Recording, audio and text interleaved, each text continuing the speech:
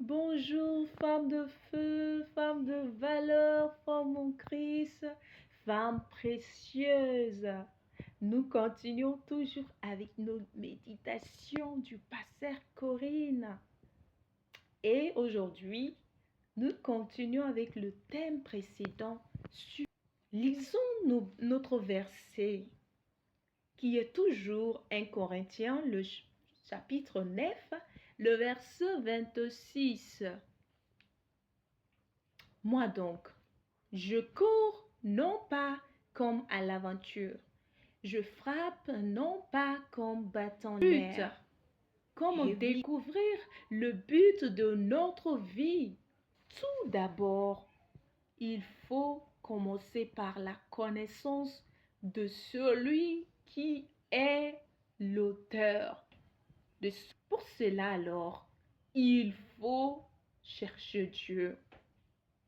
Le chercher véritablement dans la méditation profonde de sa parole et dans une relation d'intimité avec lui, dans des temps de cœur à cœur, où l'on apprend à l'écouter, à le connaître, à discerner sa voix.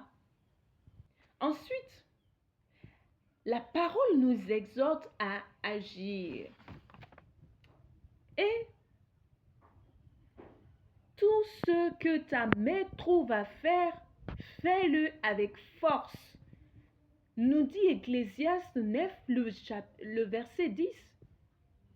Jésus nous rappelle aussi, celui qui est fidèle dans le moindre chose, l'est aussi dans de grandes choses. Nous le trouvons dans Luc 16, le verset 10. Et pourtant, nous avons souvent les yeux tournés vers ce qui semble grand ou valorisant, comme prêcher devant des foules, chanter sur scène, accomplir une mission visible et applaudir. Mais Dieu, lui, nous attend bien souvent là où notre regard ne se pose pas. Oui, dans de petites tâches discrètes, parfois ingrates.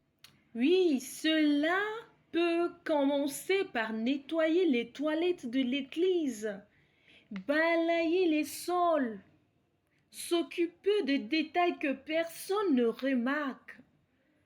Ces actions jugées insignifiantes aux yeux des hommes sont précieuses aux yeux de Dieu, car il révèle notre fidélité et notre humilité. Et c'est justement cette fidélité dans de petites choses qui ouvre la porte aux responsabilités plus grandes. Dieu confie davantage à ceux qui ont prouvé leur constance, pas pour les élever aux yeux des autres, mais pour les faire grandir, les transformer, les rendre utiles à son œuvre. C'est petit à petit, notre mentalité change, notre vision s'élargit et nous comprenons que le royaume de Dieu fonctionne selon une logique inversée. Servir et non être servi. Jésus l'a dit avec force.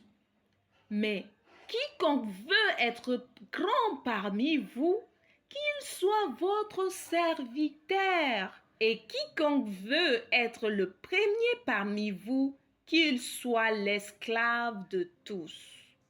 Car le Fils de l'homme est venu, non pour être servi, mais pour servir.